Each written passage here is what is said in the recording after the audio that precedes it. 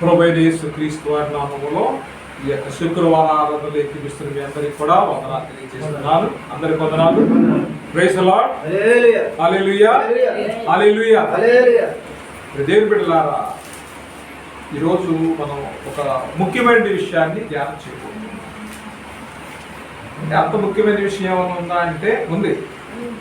ఏంటంటే మనం కూడా ఈ యొక్క వాక్యంలో నిలబడాలి కాబట్టి ఒక విషయాన్ని జ్ఞాపకం చేస్తున్నాను. యేసు ప్రభు వారి మీద అంటే ఏదన్నా ఉరిమి వస్తుందంటే తప్పించుకోవాలని ప్రయత్నం చేస్తాం. అవునా కదా? మనందరికి కూడా ఇప్పుడు దొంగ వచ్చి నీ దగ్గర ఏమైనా ఇవ్వమంటే గజగజలాడుతూ అన్నీ కూడా తీసిచ్చేస్తాడు. అంటే ఇవ్వకపోతే ఏం చేస్తాడు? ప్రాణం తీసేస్తాడు. ఏదైనా చేయగలడు. ఆ విధంగా భయపడిపోయి సరెండర్ అయిపోతాం. కానీ యేసు ప్రభు వారి విషయంలో కూడా అదే జరిగింది. యోహాను సువార్త 18వ అధ్యాయము లేఖన భాగంలోంచి చదువుకున్న తర్వాత ధ్యానం చేద్దాం. యోహాను సువార్త 18వ అధ్యాయము నేను చదువుతున్నాను, శ్రద్ధగా వినండి. యేసు ఈ మాటలు చెప్పి తన శిష్యులతో కూడా కేద్రోను వాగు దాటిపోయేను. అక్కడ ఒక తోట ఉండేను. దానిలోనికి ఆయన తన శిష్యులతో కూడా వెళ్ళాను.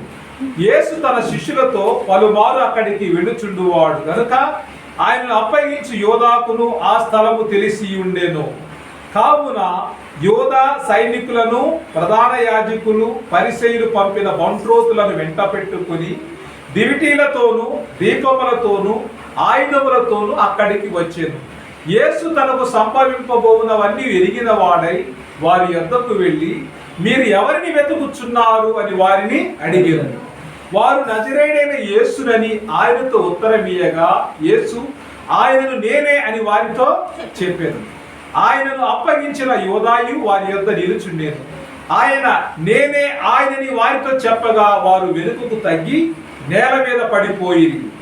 మరలా ఆయన మీరు ఎవరిని వెతుకుచున్నారని వారు అడిగినందుకు వారు నజరేయుడైన యేసునని చెప్పగా యేసు వారితో నేనే ఆయనని మీతో చెప్పితిని గనుక మీరు నన్ను వెతుకుచున్న ఎడల వీరిని పోనీయుడని చెప్పాను.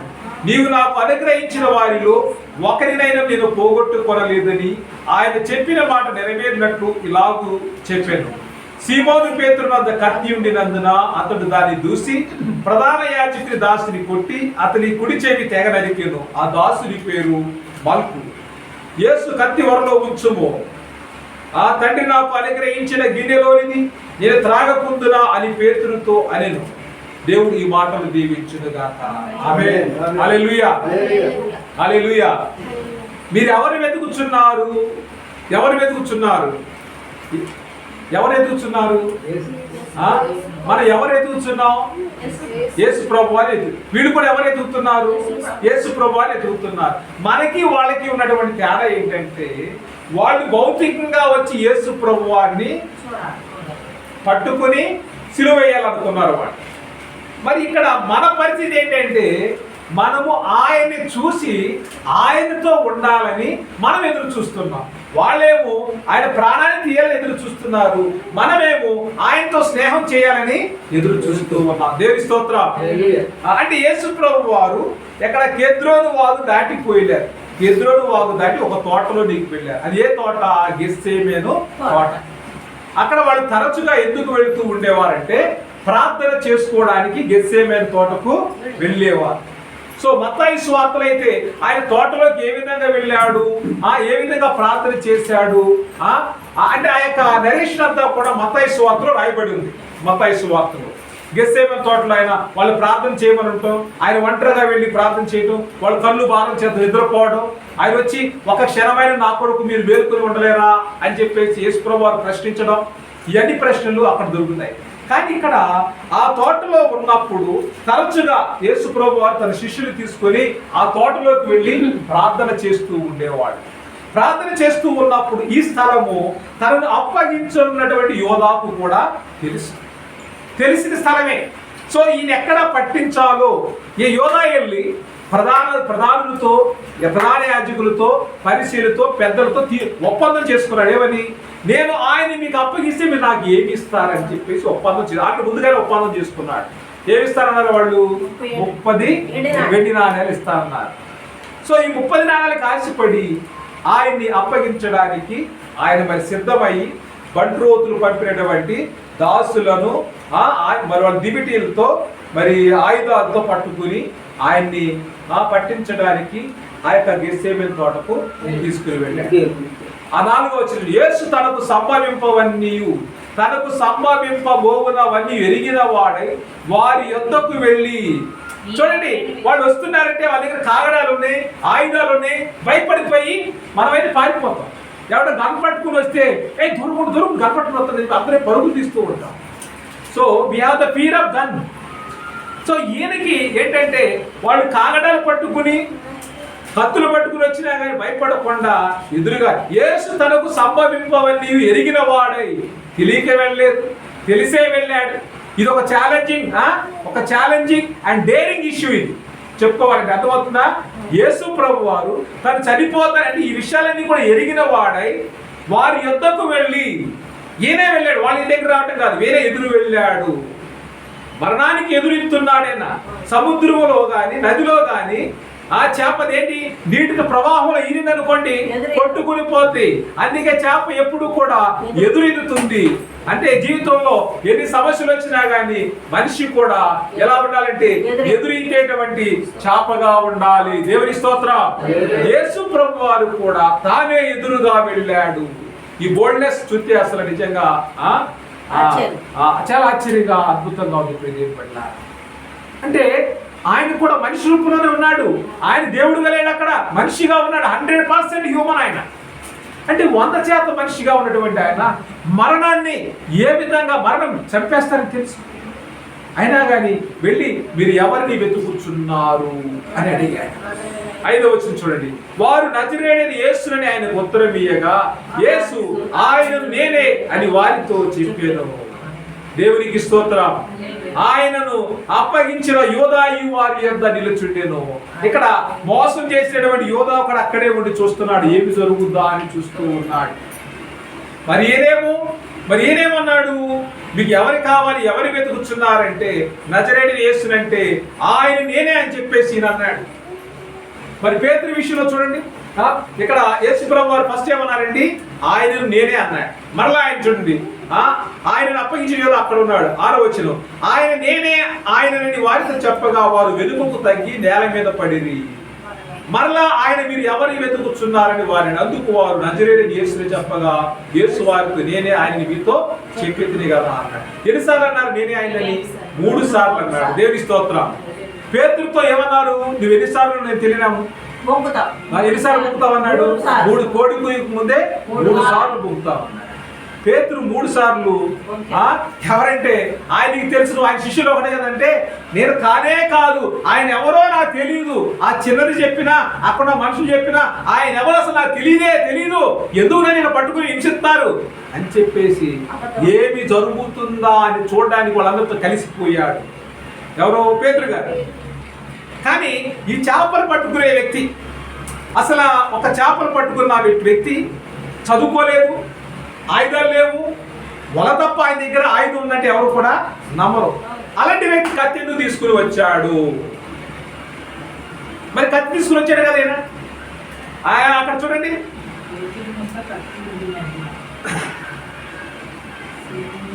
పదవచ్చును, సీమోను పేతురు వద్ద కత్తి ఉండినందున అతడు దాన్ని దూసి ప్రధాన యాజకుని దాసిని కొట్టాడు, కుడి చెవిని తెగనరికాడు. ఆ దాసుని పేరు మల్కు. మల్కు ఆయన పేరు. యేసు ప్రభువు ఏమన్నారు, పేతురు నీ కత్తి వరలో ఉంచు. యేసు ప్రభువు వారు భూమి మీద ఆయన స్వార్థ చేస్తున్నప్పుడు మరి ఆయనకు సంభవించున్నటువంటి శ్రమల గురించి ప్రస్తావించినప్పుడు పేతురు గారు అంటారు, ఏమంటారంటే ప్రభువా నీకు ఈ శ్రమలు రాకుండా ఇక్కడ మనం మంచి ఇల్లు కడతాము, మీకు మాకు మంచి ఇల్లు కడతాం, ఇక్కడే ఉందామంటే చీపో సైతాను అంటారు ప్రభువా. అంటే యేసు ప్రభువారి యొక్క ప్రణాళిక వేరు, ఈ పేతురు యొక్క ఆలోచన వేరు. ఏం చేశాడంటే ఒక చేపలు పట్టేటువంటి వ్యక్తి కత్తి తీసుకుని ప్రధాన యాజకుని యొక్క దాసుని చెవి నరికేశాడు. చెవి తెగ నరికేసిన తర్వాత కొన్ని ట్రాన్స్లేషన్స్ ఎలా ఉందంటే మళ్ళీ యేసు ప్రభు ఆ చెవిని ముట్టుకుని స్వస్థపరిచారని చెప్పేసి కొన్ని ట్రాన్స్లేషన్స్ రాయబడి ఉంది. దేవుని స్తోత్రం. అయితే పేతురు నీ కత్తిని వరలో ఉంచుము అన్నారు. పేతురు నీ కత్తి వరలో పెట్టన్నా అని. తర్వాత ఆయన ఏంటంటే తండ్రి నాకు అనుగ్రహించిన గిన్నెలోనిది నేను త్రాగకుందునా అని పేతురుతో, ఆ తండ్రి చిత్తం ఇది తండ్రి చిత్తం ఏంటిది? ఆయన అనేకించి గిన్నె. గిన్నె అంటే ఏంటి? ఇక్కడ పాత్ర. ఏ పాత్ర ఇది? ఉగ్రత పాత్ర. ఉగ్రత అంటే శ్రమలు. శ్రమల పాత్ర నా తండ్రి నాకు అనుగ్రహించినటువంటి ఈ శ్రమలను నేను అనుభవించొద్దా అని ప్రశ్నించాడు. ఏదో మేలు చేస్తున్న వాళ్ళేగా పేతురు గారు కనిపించినప్పటికీ పేతురు అసహించుకున్నా కానీ ప్రభువారు ఒకటే చెప్పారు, నా తండ్రి చిత్తాన్ని నెరవేర్చడానికి వచ్చాను కాబట్టి ఏదో ఆ పాత్రలో ఆ గిరిలోనిది తాగడము తండ్రి చిత్తమైంది అన్నాడు. అంటే పేతురులో ఉన్నటువంటి ఆ విధానము వేరు, ప్రభు మాటలో ఉన్నటువంటి విధానం వేరు. పేతురు తన ప్రాణాన్ని రక్షించుకోవడానికి ఆయన ఎవరో నాకు తెలీదు అన్నాడు. ఆయన బొంకాడు. ఇక్కడ ఈయనేమన్నాడు? రండి మీరు ప్రాణం తీస్తారా, తీయండి, ఆయన నేనే అన్నాడు. దేవునికి స్తోత్రం. ఈ రోజున క్రైస్తవ సంఘం ఎదుర్కొన్నటువంటి శోధన కూడా ఇదే. దేవుని బిడ్డలారా, ప్రభు పేరును పెట్టి నిన్ను హింసించే వాళ్ళు ఉన్నారు, ద్వేషించే వాళ్ళు ఉన్నారు, తిరస్కరించే వాళ్ళు ఉన్నారు. ఇదే వాక్యాన్ని మత్తయి సువార్తలో మనం చదువుతున్నాం. మత్తయి సువార్త 5వ అధ్యాయం, మత్తయి సువార్త 5వ అధ్యాయము 11వ వచనం. నా నిమిత్తము జనులు మిమ్మల్ని నిందించి హింసించి మీ మీద అబద్ధముగా చెడ్డ మాటలలో పలుకున్నప్పుడు దానిలో సంతోషించి ఆనందించుడి, పరలోకమందు మీ ఫలము అధికమగును. ఇలాగున వారు మీకు పూర్వమందున్న ప్రవక్తలను హింసించిరి. దేవుని స్తోత్రం. హల్లెలూయా. ఇప్పుడు ఏం చేయాలంటే వాళ్ళు హింసించారు, హేళన చేశారు, అంతేగాని రియాక్షన్ ఇద్దామా? న్యూటన్ లా ప్రకారం every action has the same and equal and opposite reaction ఉంటుంది. అది న్యూటన్ చెప్పాడు. న్యూటన్ సిద్ధాంతం అది సైంటిఫిక్ గా ఆయన ప్రూవ్ చేశాడు. ఇప్పుడు మనకు వచ్చేసరికి, క్రైస్తవులకు వచ్చేసరికి ప్రభు మనకి ఏమి నేర్పాడంటే క్షమించే గుణము నేర్పాడు. దేవునికి స్తోత్రం. హల్లెలూయా. అంటే పేతురు ఒక చెవి నరికి రెండో చెవి నరకలేడా, కాలు నరకలేడా, పొడి చేయలేడా? ఏదైనా చేయగలడు, కత్తి ఉంది కాబట్టి. కానీ పేతురుని వెంటనే ప్రభు చూసి నీ కత్తి వరలో పెట్టమని ఖండించాడు. దేవునికి స్తోత్రం. హల్లెలూయా. రక్తపాతాన్ని ప్రభువారు ఏం చేశారండి? ఖండించారు. యేసు ప్రభువారు ఖండించారు. సో మరి ఇక్కడ నా నిమిత్తము అన్నారు. నా నిమిత్తము జనులు మీ హింసించినప్పుడు, తిరస్కరించినప్పుడు, హేళన చేసినప్పుడు మీరు దానిలో మీ ఫలము పరలోకములు అధికమవుతుంది. అంటే ఇక్కడ you have no fruit on earth. మీకు ఫలాలు బహుమానాలు ఏమి ఇక్కడ లేవు. కానీ నీ యొక్క ఫలం ఏమవుతుంది? ముందున్న ప్రవక్తల కంటే కూడా నీ ఫలము అధికమవుతుంది. దేవుని స్తోత్రం. ఫలము అధికం అవ్వాలి అంటే శ్రమలు పొందాలి. దేవుని స్తోత్రం. హల్లెలూయా. శ్రమ లేకుండా క్రైస్తవుడికి విలువ లేదు. అందుకే శ్రమ కొలిమి గుండా ప్రతి ఒక్క క్రైస్తవుడు కూడా ప్రయాణము చేయాలి. ప్రియమైన బిడ్డలారా, ప్రయాణము చేయాలి. వాక్యముతో ఉదక స్నానము చేయాలి. బట్టలకి సబ్బు పెట్టి ఉతుక్కుంటాం, కానీ మన హృదయాన్ని ఎవరు ఉతుకగలరు? ఎవరు క్లీన్ చేయగలరు? ప్రభువే క్లీన్ చేయగలరు. కాబట్టి మనస్సులో ఉన్నటువంటి మలినాన్ని తొలగించుకోవాలి. ప్రభు ఈ రోజున మనకిస్తున్న వాక్యము, నా నిమిత్తము జనులు మిమ్మును నిందించి హింసించి మీ మీద అబద్ధముగా ఈ అబద్ధము రాజ్యాంగంలో కూడా అబద్ధం రాశారు. క్రైస్తవులు ప్రభు నమ్ముకుంటే వాళ్ళ రిజర్వేషన్ పోతే రాజ్యాంగంలో పెట్టారు. మరి ఈ రోజున రిజర్వేషన్ లేవు క్రైస్తవుడికి కులం లేదండి. క్రైస్తవుడికి కులం లేదు. భారతదేశం కులానికి ఏమిచ్చింది? రిజర్వేషన్ ఇచ్చింది, మతానికి ఇవ్వలేదు. దేవుడి స్తోత్రం. మన రాజ్యాంగంలో చాలా పవిత్రమైనటువంటిది, దాన్ని మనం గౌరవిస్తున్నాం. కానీ ఈ రోజున తీర్పు ఇచ్చిందని ఎస్సీలు క్రిస్టియన్లో మాత్రం రిజర్వేషన్ ఈ రోజున తీర్పు వచ్చిందని 1950లోనే డిక్లరేషన్ రాసేసారు ఆల్రెడీ. చాలా మంది తెలియక ఏంటంటే పొరపడుతున్నారు క్రైస్తవులు కూడా. ఇప్పుడేదో కొత్తగా వచ్చేదో ఫీల్ అయిపోతున్నారు. ఇది కొత్తగా వచ్చింది కాదు, అప్పటి నుంచి ఉంది.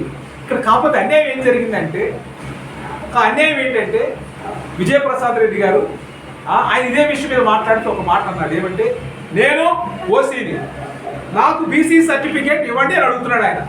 గవర్నమెంట్ వాళ్ళు ఇవ్వనంటున్నారు, నీకు ఇస్తాను కుదరదు అంటున్నారు. ఎందుకు ఇవ్వనంటున్నారు? ఇస్తే బీసీసీలో రిజర్వేషన్ వస్తుంది, ఆయన ఓసీలో రిజర్వేషన్ రాదు. సో దీన్ని ఏమనంటున్నారు, నాకు ఎందుకు ఇవ్వరు, వాళ్ళకి ఎందుకు తీసేస్తారని అడుగుతున్నాడు ఆయన. సో దేవుడి స్తోత్రం. ఈ విధంగా అంటే నా నిమిత్తం ఈ రోజు నా క్రైస్తవులు బలహీనలు అవుతున్నారు. బలహీనలు అవ్వాల్సిన అవసరం లేదు. ఉంటే పోతే పోతే. ప్రభు ఇచ్చాడు, ప్రభు తీసుకున్నాడు. ఏమేమన్నాడు? దేవుడిచ్చాడు, దేవుడు తీసుకున్నాడు. సో ఇప్పుడు మనం ఉండి సంపాదించే లేదు, వేడుకు తీసుకునే లేదు కూడా లేదు. ప్రభు ఇవ్వాలి ఏదైనా కానీ, అది రూపాయి అయినా, త్రాగటానికి నీళ్ళైనా, తినడానికి ఆహారమైనా, ఉండటానికి ఆరోగ్యమైన దేవుడితేనే కానీ మన చేతిలో ఏమీ లేదు. ఎవడైనాను అందుకు సిగ్గుపడిన ఆ పేరును బట్టేవాడు ఘనపరచబడవని వాక్యం సెలవిస్తున్నది. కాబట్టి ఈ రోజున క్రైస్తవులుగా మనం నేర్చుకోవాల్సింది ఏంటంటే ఓర్పు ఉండాలి. ఏముండాలండి? ఓర్పు ఉండాల్సిందే. క్రైస్తవులకి ఓర్పు ఉండాలి. క్రీస్తును గురించినటువంటి రోషం ఉండాలి. ఎందుకు రోషం ఏంటంటే, క్రీస్తు వలె జీవించడానికి రోషం ఉండాలి. అంతేగాని పక్కన యుద్ధం చేస్తానికి రోషం కాదు. మనకి పౌరుషం ఏంటంటే, నేను క్రీస్తును పోలి నడవాలనేటువంటి రోషం కలిగి నిజమైన క్రైస్తవుడిగా మనము బ్రతకాలి.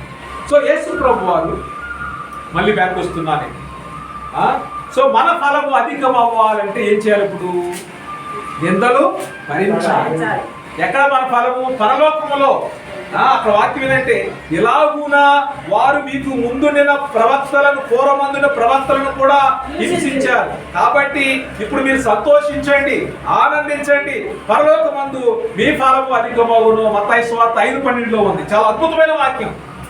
నిజంగా మన ఫలాన్ని ఏ విధంగా అధికం చేసుకోవాలో ఈ రోజున ప్రభు నేర్పించాడు. కాబట్టి మనం ఇంకా క్రైస్తవుడైనందుకు రిజర్వేషన్ ఉన్నా పోయినా ఏది అయినా కానీ క్రీస్తును పోలి మనము నడుచుకోవాలి. దేవుని స్తోత్రం. యేసు ప్రభు వారు మరి తన యొక్క శ్రమల కాలంలో ఒక మంచి మాటను మనకు జ్ఞాపకం చేశారు. అయితే ఆయన మళ్ళీ యోహాను సువార్తలో రండి.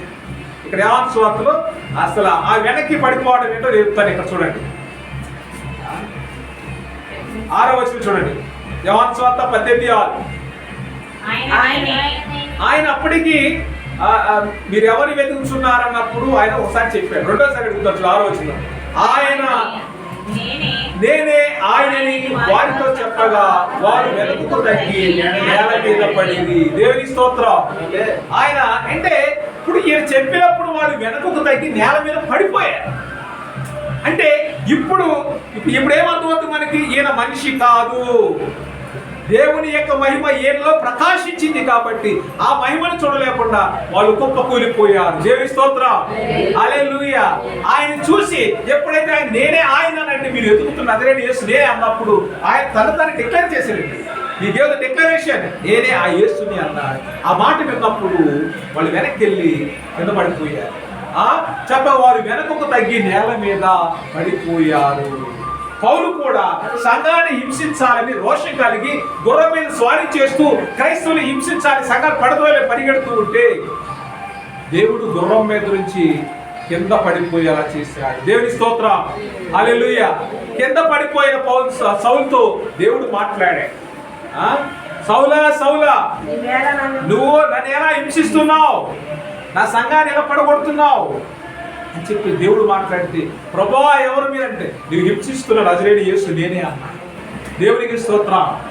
ఈ విధంగా అప్పుడు దేవుని బిడ్డ ప్రభు వారు చెప్పినప్పుడు వాళ్ళందరూ కూడా వెనక తగ్గి కింద పడిపోయారు. ఈ వాక్యం ఎక్కడైనా ఉందంటారా? బైబిల్లో ఉందంటారా? చూడండి, 27వ కీర్తన 2వ వచనం. 27వ కీర్తన 2వ వచనం.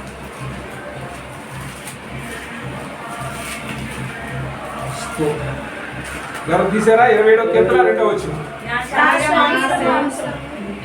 నా శరీర మాంసము తినుటకై దుష్టులు నా మీదికి మీదకి వచ్చినప్పుడు, నన్ను బాధించే శత్రులు నా మీదకి వచ్చినప్పుడు వారు తొట్టిల్లి కూలిరి. దేవునికి స్తోత్రం. హల్లెలూయా. 27వ అధ్యాయం మొదలు వచ్చి చూడండి. యెహోవా నాకు వెలుగును రక్షణ అయి ఉన్నాడు, నేను ఎవరికి భయపడుదును? యెహోవా నా ప్రాణదుర్గము, ఎవరికి వెరుతును? ఎవరికి భయపడుదును? ఆయనే నా ప్రాణదుర్గము. దేవుని స్తోత్రం. 2వ వచనంలో వారు నా శరీర మాంసాలు తినడానికి నన్ను బాధించాలి నా మీదకి వచ్చినప్పుడు వారు తొట్టిల్లి కూలిపోయారు. దేవునికి స్తోత్రం. దేవునికి రూపొందించిన, దేవునికి వ్యతిరేకంగా రూపొందించిన ఏ ఆయుధమైనను ఏ పనినను వర్ధిల్లదు, అది నిలువదు. దేవునికి స్తోత్రం. హల్లెలూయా. హల్లెలూయా. మరి 40వ అధ్యాయం చూడండి. కీర్తన 40వ అధ్యాయం, కీర్తనలు 40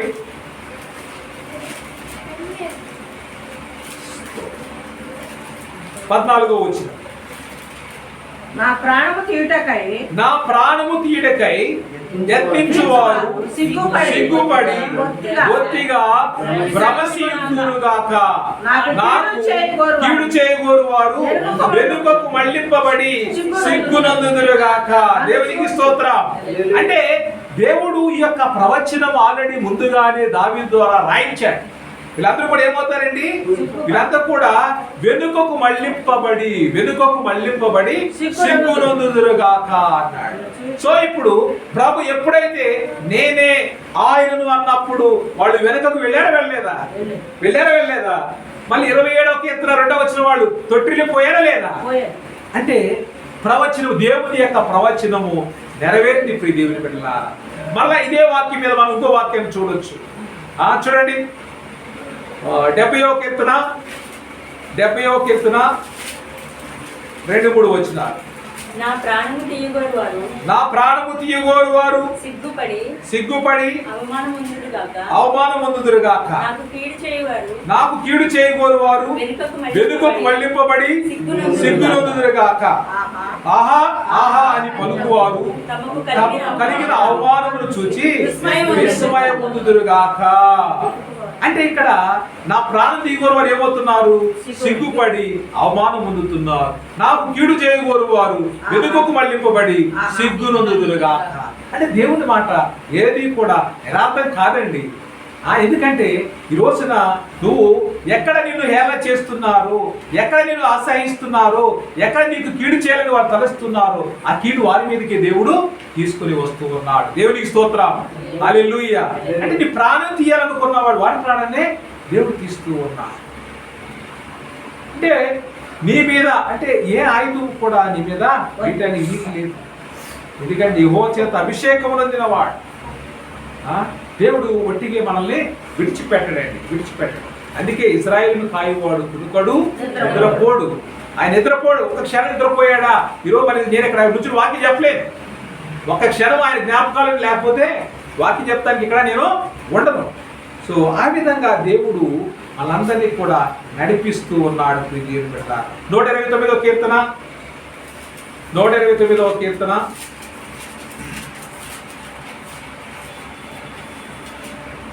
5వ వాక్యం. సియోను పగవారందరూ సిగ్గుపడి వెనుకకు త్రిప్పబడుదురుగాక. దేవునికి స్తోత్రం. హల్లెలూయా. అంటే సియోను మీద ఏ దాడి జరిగినా గాని వాళ్ళు సిగ్గుపడి వెనక్కి వెళ్ళిపోతారు. ప్రభువు చూడండి, ప్రభు యొక్క పరిస్థితి ఎలా ఉందంటే ఆయన నేనే అన్నప్పుడు వాళ్ళందరూ కూడా పడిపోయారు, సిగ్గుపడి వెనక్కి వెళ్ళిపోయారు.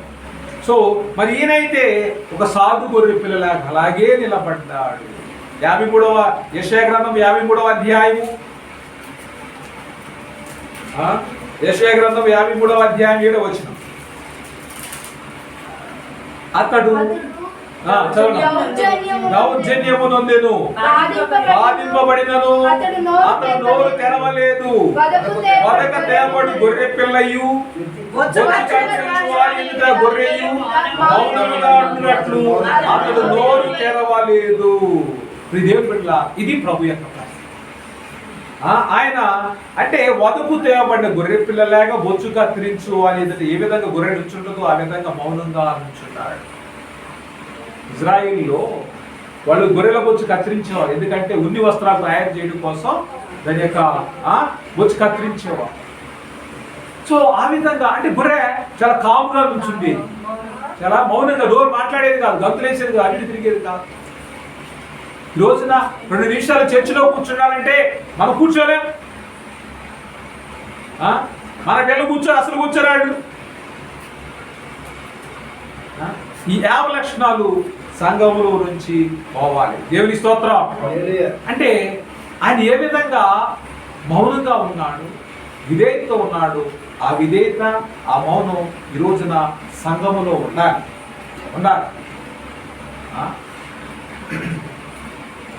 ఇంకో వాక్యాన్ని చూసుకుందాం.